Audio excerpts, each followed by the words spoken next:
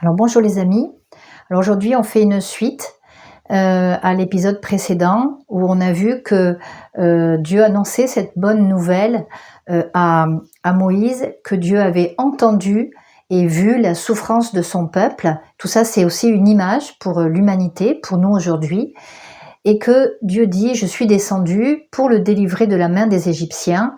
On avait vu que Égyptien c'est Misraïm qui contient l'oppression, ce qui a les trois, que Dieu a dit pour les faire monter de ce pays dans un bon et spacieux pays, et Dieu veut nous mettre au large afin qu'on fructifie, afin qu'on s'épanouisse dans le dessein qu'il a pour nous. Et puis Dieu poursuit en disant: un pays où coule le lait et le miel. Alors tout ça, on se dit, oh c'est bien ça, c'est nourrissant. Et puis après, il y a toute une liste de 6 peuples, et on va voir leurs noms aujourd'hui, qui seront en fait, qui habitent dans ce pays. Alors ces peuples, ils habitaient déjà dans ce pays 400 ans plus tôt, quand Abraham y était. Abraham, à ce moment-là, il était avec sa famille, ses troupeaux, ils n'étaient pas très nombreux. Et puis Dieu avait annoncé à l'avance à Abraham que sa descendance reviendrait 400 ans plus tard, et puis que parce que à ce moment-là, eh bien les habitants du pays seront arrivés à un comble au niveau de leur iniquité, c'est-à-dire de leur péché, de leur injustice. Alors voilà ce que Dieu va dire avant que Israël ne rentre dans ce pays de Canaan. Il va dire dans Nombre 33, 55, « Si vous ne chassez pas devant vous les habitants de ce pays, ils seront comme des épines dans vos yeux et des piquants dans vos côtés. » Des épines dans vos yeux, c'est-à-dire vous allez être aveuglés. Des piquants dans vos côtés, ils vous opprimeront dans le pays que vous habiterez. Alors, opprimer, c'est tsarar. On avait vu, tsar, ça veut dire oppression, adversité, angoisse, étroitesse, ennemi. Donc, en fait, tsarar, ces habitants, s'ils ne les chassent pas, ils seront leurs ennemis, ils vont les opprimer. Voilà, on peut traduire d'une manière ou d'une autre. Alors, je trouve ça vaut le coup de regarder un peu plus près ce mot « chasser ». Alors, chasser, ça a été traduit ici comme ça, c'est yarash. Alors, yarash, ailleurs, c'est traduit « si vous ne dépossédez pas devant vous les habitants de ce pays ». Et il y a aussi, ça vient aussi d'une racine qui veut dire prendre en fait la place d'anciens locataires et puis occuper le territoire. Alors, on pourrait se dire, waouh, c'est pas du tout éthique tout ça. Alors, on va voir si c'est pas éthique, parce que quand on va regarder le nom des habitants, eh bien, on va comprendre que c'était absolument nécessaire, et c'est ce que Dieu dit ici.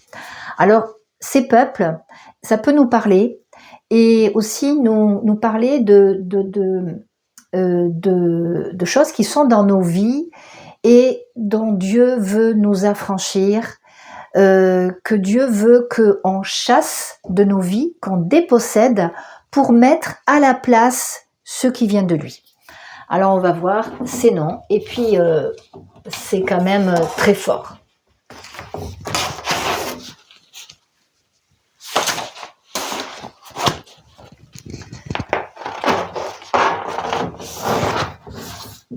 Alors dans la liste, ça commence par les Cananéens. Alors en fait, le père, c'est Canaan. Alors si vous voulez savoir un peu plus sur Canaan, je vous invite, j'avais fait la vidéo 39 et 40, maudit soit Canaan. Vous pouvez avoir un éclairage là-dessus, qui va aussi montrer pour quelles raisons Canaan et puis ses peuples sont comme ils sont là. Alors Canaan, ça vient de Cana, et Cana, ça veut dire humilier ou être humilié, soumettre, plier le genou. Donc on voit déjà le caractère des Cananéens. On voit, ils vont être dominateurs pour humilier et pour soumettre. C'est pour ça qu'il faut les déposséder. Ensuite, on a les Hétiens. Alors les Hétiens, ce sont les fils de Reth. Voilà, ça s'écrit comme ça, Reth. Et puis ça vient du mot ratat, qui veut dire terrifié. D'ailleurs, on appelait les Hétiens, on les appelait la terreur. Ça veut dire terrifié, découragé, écrasé par la violence, la confusion, la peur. On comprend que Dieu dit à Israël ils vont devoir déposséder ses habitants. Ils peuvent pas rester, en fait, ils peuvent pas rester avec eux. Parce que s'ils se soumettent, ils vont être écrasés ou alors ils vont devenir comme eux. Et ça, ça fait partie de ce que Dieu veut sortir de notre vie, parce qu'on peut être sous l'emprise de personnes qui vont nous décourager, qui vont nous effrayer, qui vont nous écraser, et puis surtout qu'on ne soit pas comme ça nous non plus. Ensuite, il y a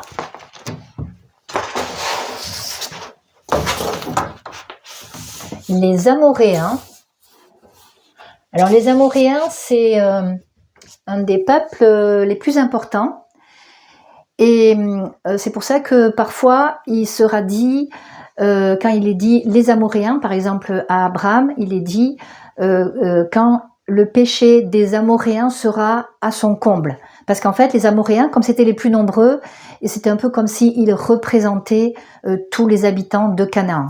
Alors, c'est important de voir que c'est les plus nombreux parce que, en fait, d'où ça vient Amoréen, ça vient de Amar.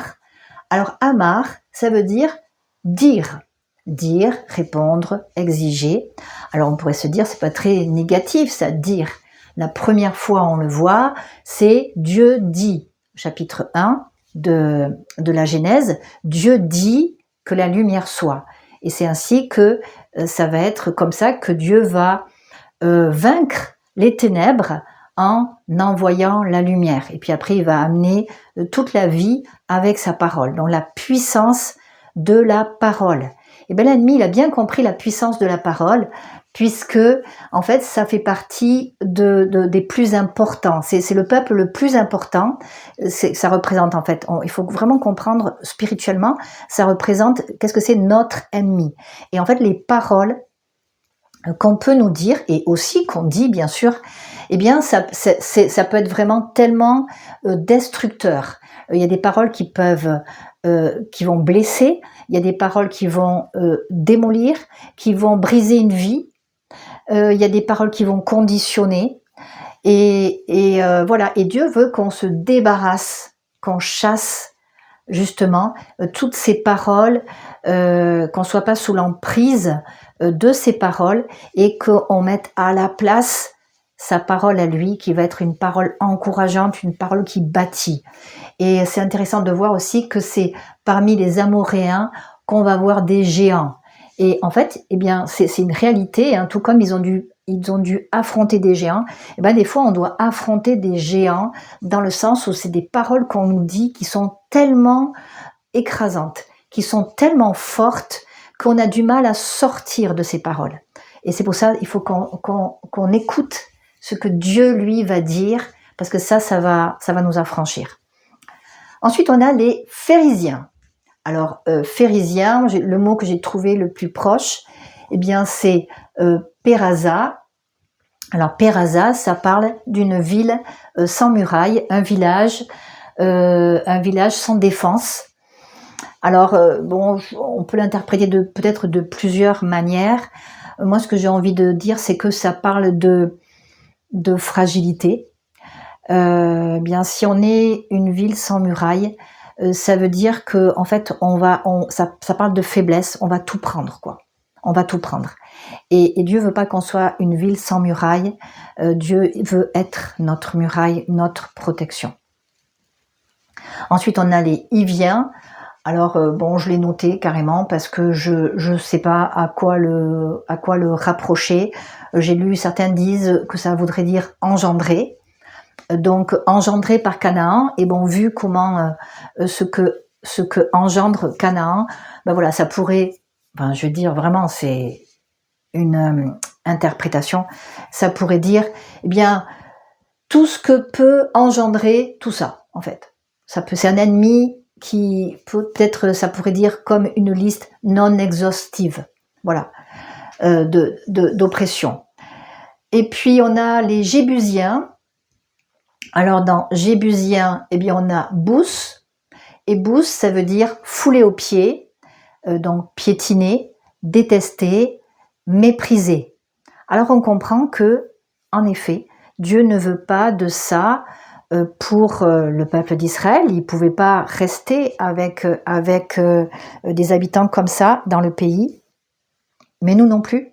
Dieu ne veut pas qu'on reste avec des gens qui nous piétinent. Il ne veut pas qu'on accepte le mépris.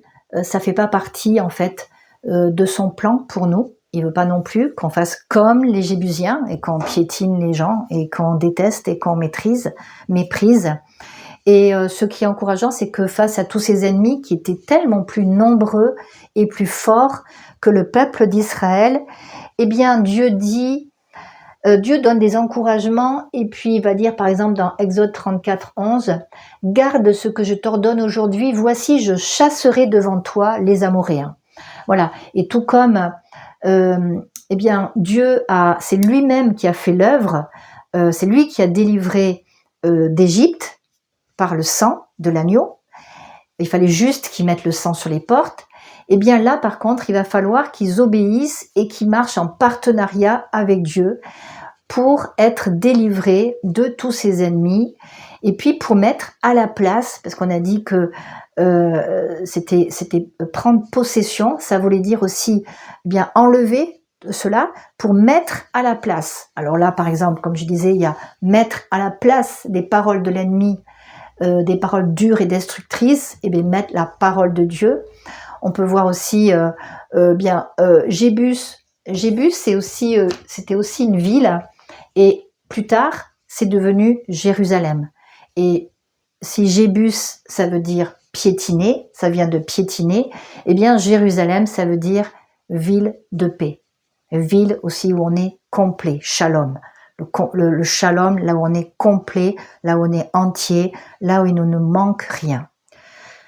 Voilà, eh bien, c'est le programme de Dieu, le dessein de Dieu. Il veut qu'on soit libre et il veut le faire avec nous. Voilà, je vous dis à bientôt. Mettez un pouce en commentaire si ça vous a plu. Au revoir.